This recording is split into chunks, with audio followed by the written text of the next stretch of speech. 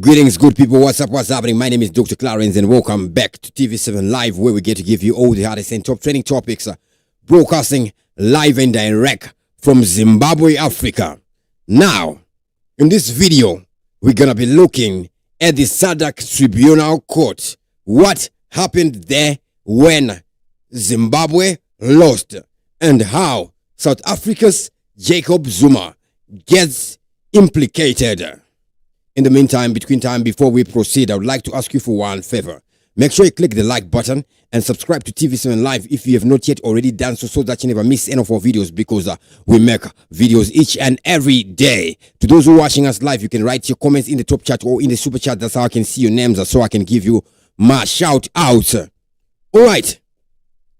Before we go to the SADC Tribunal case, Zambian President Hakainde Hichilema is the current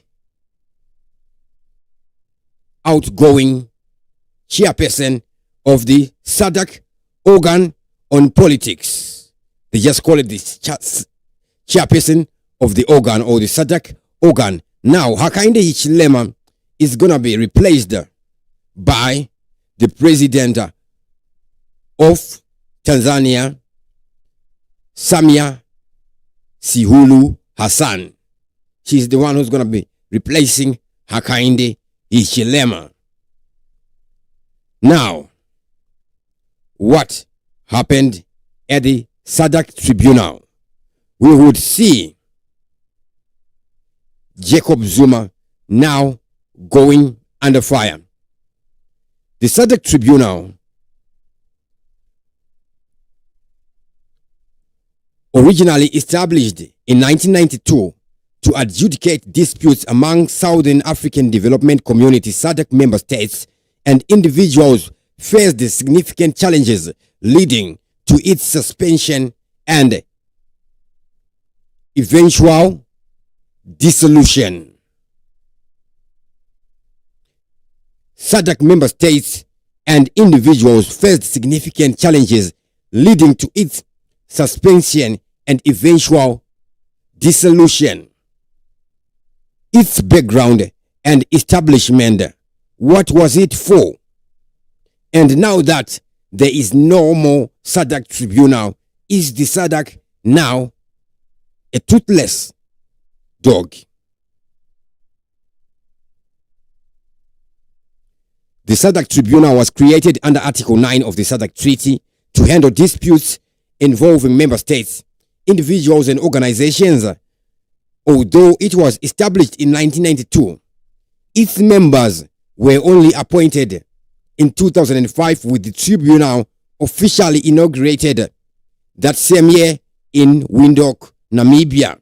So from 1992, we go 13 years, then its members are appointed. In 2005, then the test would come in 2008. At this time, in South Africa, Thabo Mbeki is the president. And the Zimbabwe election, 27 June election, is disputed. This is a time leading to the then Botswanian president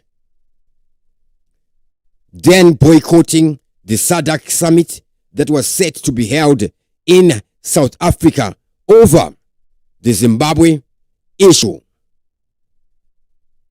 Ian Khama would dispute the Zimbabwe elections. These are the events that would then lead to the GNU of Robert Gabriel Mugabe and Morgan the Tsvangirai, where we would see Tendai Dhabiti becoming the Minister of Finance. And yes, guys, those days, things in Zimbabwe got a little bit finer.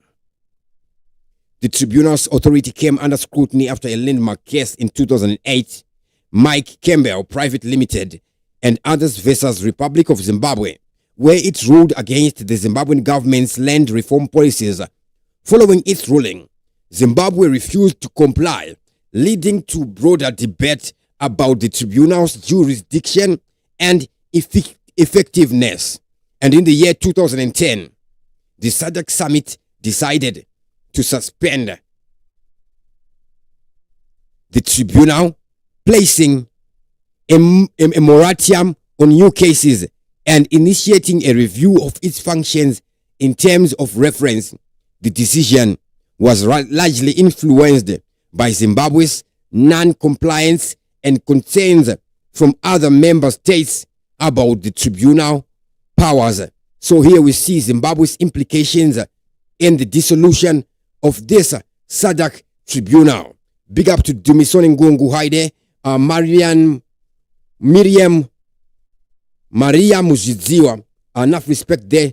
Sam Alufisha, Precious Jealous, Chester Mahata, enough respect to everybody who is watching us live. So these are the events we see happening leading to the dissolution of the SADC tribunal. In 2010, now in the year 2010, who would be the SADC chairperson? It would be the president of Namibia then, Lucas Pohamba. Before Lucas Pohamba, going from 2009 to 2010, it would have been Joseph Kabila of the Democratic Republic of Congo. In the year 2008, the South African president, Thabo Mbeki, would have been the SADC chairman. But Jacob Zuma would then take over from the South African president, Thabo Mbeki, to Jacob Zuma. And Jacob Zuma is one of the guys who was pressured over the case of Zimbabwe's non-compliance. And we see, following Zimbabwe losing a case, there is non-compliance. Then, in 2010, the SADC summit decides to suspend the tribunal. Changes and dissolution. Now, the year is 2012.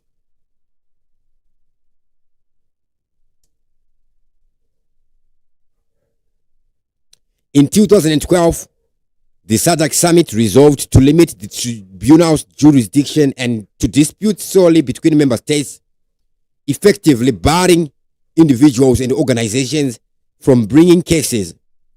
This significant reduction in scope was seen as a move to neuter the tribunal, which had primarily dealt with individual cases until then. By the end of 2012, the tribunal was effectively disbanded, having lost its operational capacity and relevance in the regional's legal framework. Recent developments.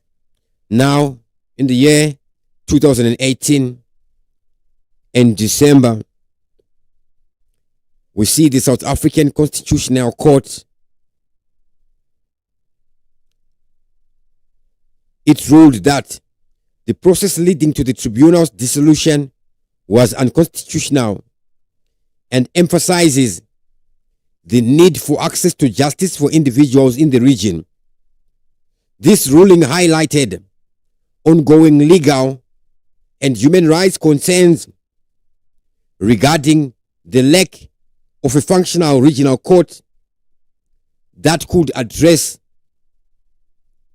individual concerns. Current status. As of now, the SADC tribunal has been replaced by what they call a new administrative tribunal, the SADC Administrative Tribunal, SADCAT, established in 2015 to handle labor disputes. So now it's operating like the tribunals we see here in Zimbabwe, the labor court, with the SADC Secretariat and its institutions. However, this tribunal does not possess the same jurisdiction or authority as the original SADC tribune, particularly regarding individual rights and interstate dispute. So coming from the year 1992 to to the Mugabe era, or Mugabe era, whatever it is, we see the dissolution of the SADC tribunal. Any institution, for it to matter, it should have authority and power and jurisdiction. But now we're seeing that Zimbabwe's non-compliance in cohorts with Jacob Zuma of South Africa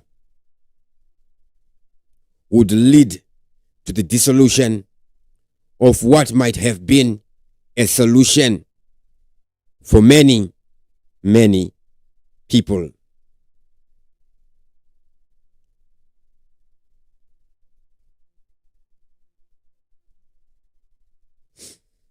Bear with me, guys. I have a common cold. So I can't do it. Bear with me on that. Apologies on that. I have a very bad cold. I have a very bad cold. Anyways, enough respect to everybody who's watching us live right now. Make sure you click the like button and subscribe to TV7 Live if you have not yet already done so that you never miss any of our videos, because we make videos each and every day. Big up to Brighton Anotida, Magiji Chester Mahata, Michael Limosa says, I'm here. Salute to you there. Thank you very much for watching. Big up to Sam Mafuki, enough respect there. Joshua Chaka says, I'm watching from Botswana. How is it there over Botswana there? I hope you're doing well over there. Mavis Masuku, Kiki M says, Mnangagwa will not move. He must be removed. Yes, so for that to happen, we must play our part. The way ZANU-PF rigs the election is simple. ZANU-PF rigs at the election. Let me put it on the screen.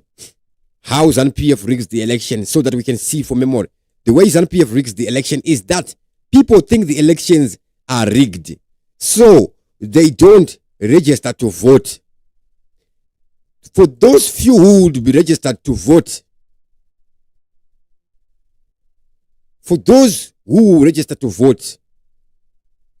they don't go to vote thinking the election will be rigged. People don't register to vote.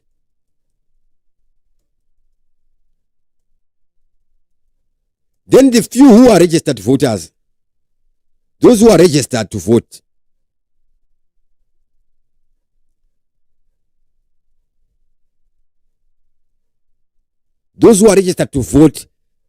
don't go to vote. When we look at the statistics of Harare and Harare metropolitan only, the number of registered voters that we have is at least 2 million. I do not have the numbers right here. Let me just check that out. Just Harare. Okay, let me just check it.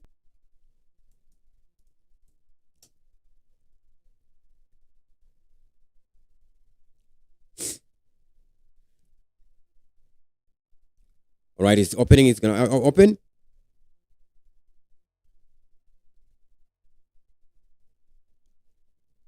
Ndiripa live and okay, I'm responding to a knock on my door there.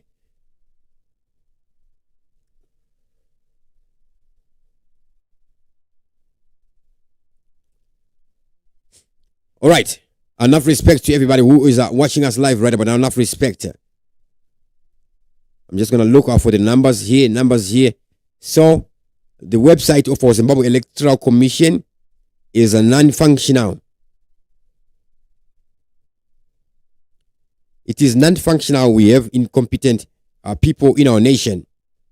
It is very, very sad. When we have a non-functional institution or non-functional parts of the institution, it means they are failing to deliver. There are no other words. They are failing. Okay. So, fellow Zimbabweans, go and register to vote And when the election day comes, go and vote for whoever you want to be voting for in your numbers. Election rigging, what we perceive in our mind, in the way we perceive, is not possible. Hakuna bepa shifter ink. It doesn't happen. That technology can only be available maybe if me or Elon Musk does the research and invent such papers.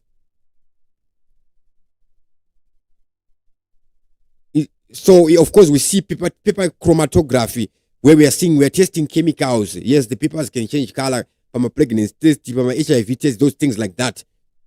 But it doesn't exist with the English as a shifter. It is some delusional claim. However, just that claim existing and people believing in it, in itself, it is rigging. I'm still looking for the numbers. I do not have a source. I'm only seeing the numbers there according to 2022.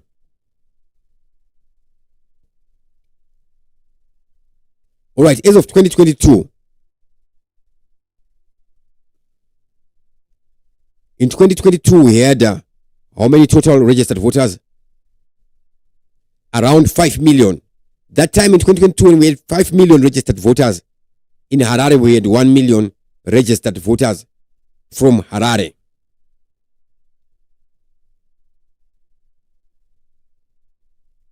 Just Harare.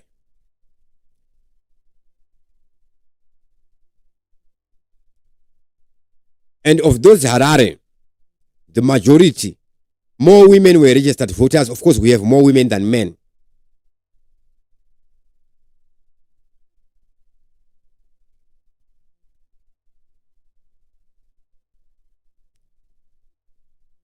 So,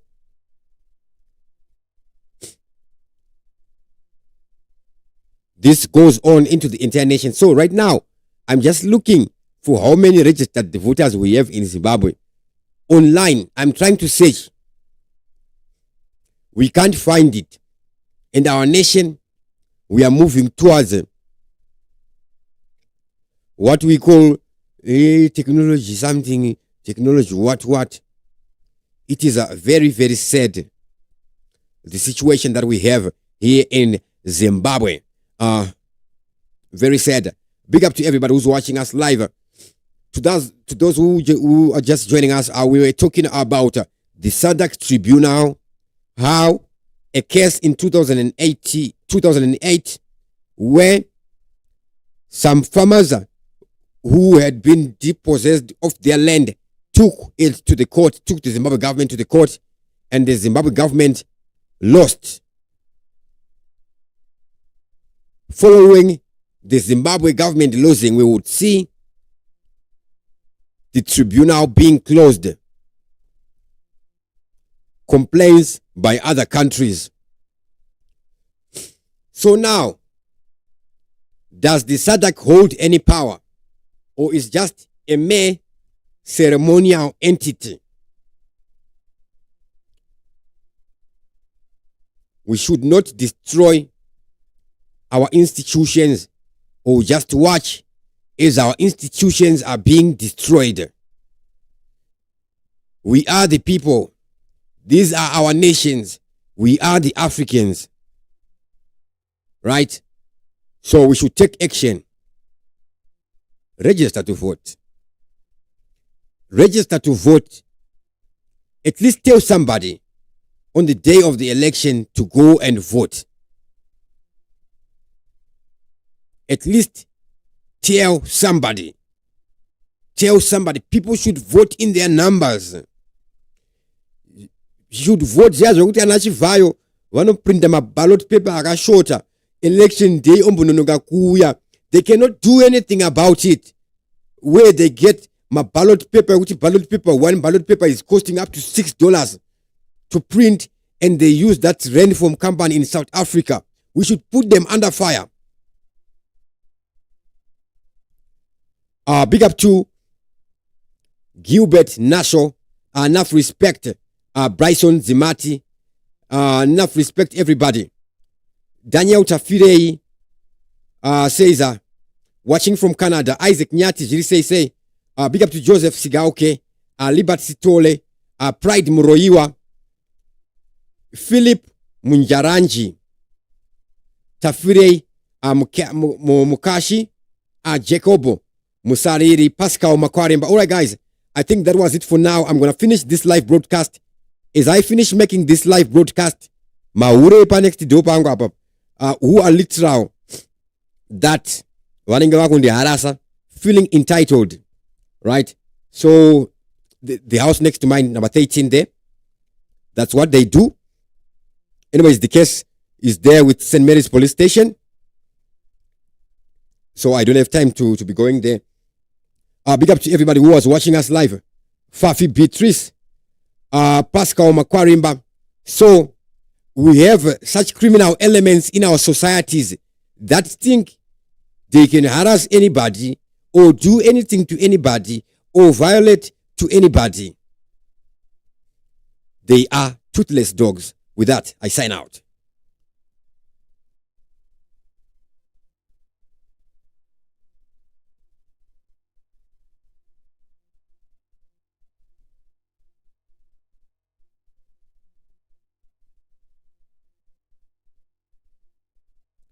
Big up to Fafi Beatrice Molen Matonora Munashe Tsuma Duzai. Big up everybody who was watching us live, guys. Thank you for supporting TV7 Live. Make sure you click the like button and subscribe to TV7 Live wherever you are, especially if you're in South Africa. Let us pressure that rain from guys that stole our money. Ballot paper ne receipt book. It's said